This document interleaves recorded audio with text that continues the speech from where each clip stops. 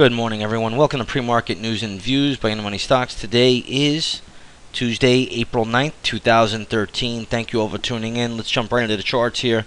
We'll look at the usual S&P 500 E-mini futures. What you're going to see is that the futures are trading higher by about 2 points to 1,561 spot 25. Again, no real damage done here in the market. Markets are up a little bit. This is what we normally will see almost each and every day. We'll have to see how the markets open up once the opening bell rings in a little over an hour from now. But right now, markets are holding steady. One thing we want to take a look at today is the U.S. dollar index. And I know the U.S. dollar index and the markets will trade higher together recently, but we are seeing a pretty good little decline in the dollar today after a very good move yesterday. Now, the dollar is down about 33 cents at the moment. That's going to give lift to a lot of stocks like Rio Tinto, all the base metal names. You can see this stock is gapping up today.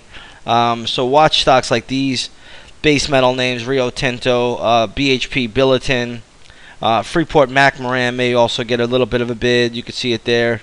Maybe Southern Copper, Tech Resources. All of these type of stocks will catch little bids today on a weaker dollar.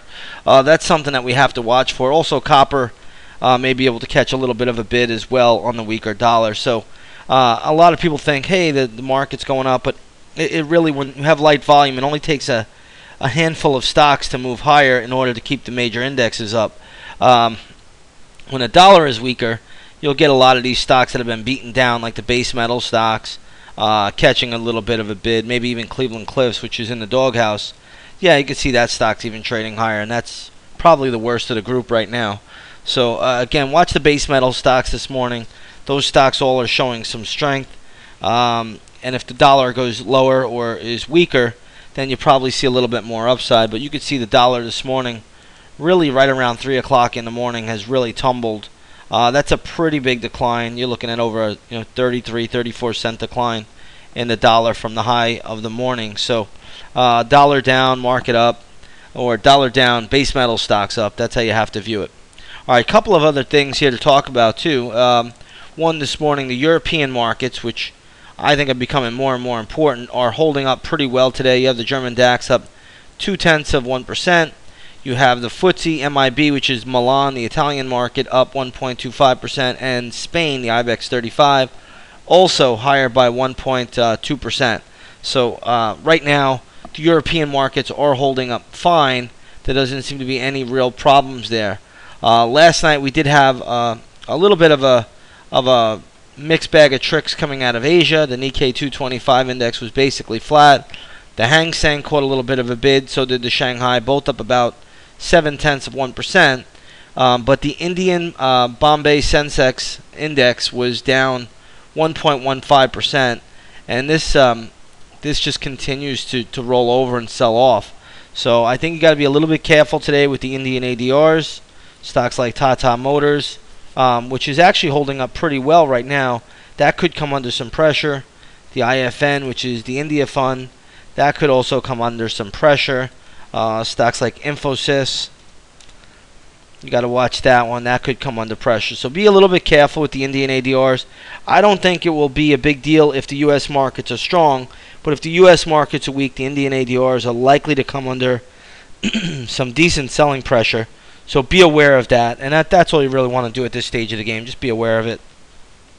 Unless you get a real good pattern and something tells you that the Indian ADRs are moving higher. But right now I'd have to lean towards the negative side, especially if the U.S. markets start to show a little bit of weakness. A couple of other things to talk about. One, JCPenney got rid of Ron Johnson, the CEO that came out of Apple Computer. So not only did Apple stock fall, but so did JCPenney. And the stock really took off after the closing bell yesterday once the announcement was made, but looks like it has come back in. JCPenney down at these levels, it's very, very oversold already, so I think the downside would be somewhat limited regardless. I know they put in a interim CEO, I think he was a former CEO already. I really don't even know the whole story, nor do I care, but in any case, I think the downside in JCPenney at this stage of the game should be limited. Alcoa also kicked off earnings last night. Again, the stock is doing absolutely nothing. It closed at $8.39 yesterday. It's trading at $8.29 today. Again, they beat on one side, lost on the other. Who can make heads or tails out of that kind of accounting that they use? The bottom line is, stock's really going nowhere. Even if it did rally, it wouldn't even rally anywhere past 875, 880. And if it sinks, watch for support around 780. So that's really the bottom line on Alcoa. I don't think we could really make all that much out of it. It's not a bellwether. It's not a market mover anymore. From time to time, I guess it could have a little bit more power. But really what you want to watch for is the earnings coming out of the financial stocks at the end of the week. JP Morgan is scheduled to report on Friday, and so is Wells Fargo. So you have those two stocks reporting earnings this coming Friday before the opening bell. I think that's what's going to be most important. So we'll watch those two later this week. But that could be a market moving event. I don't think that the Alcoa really does the trick anymore. And then next week we'll get tons and tons of earnings. We'll have lots of gap plays.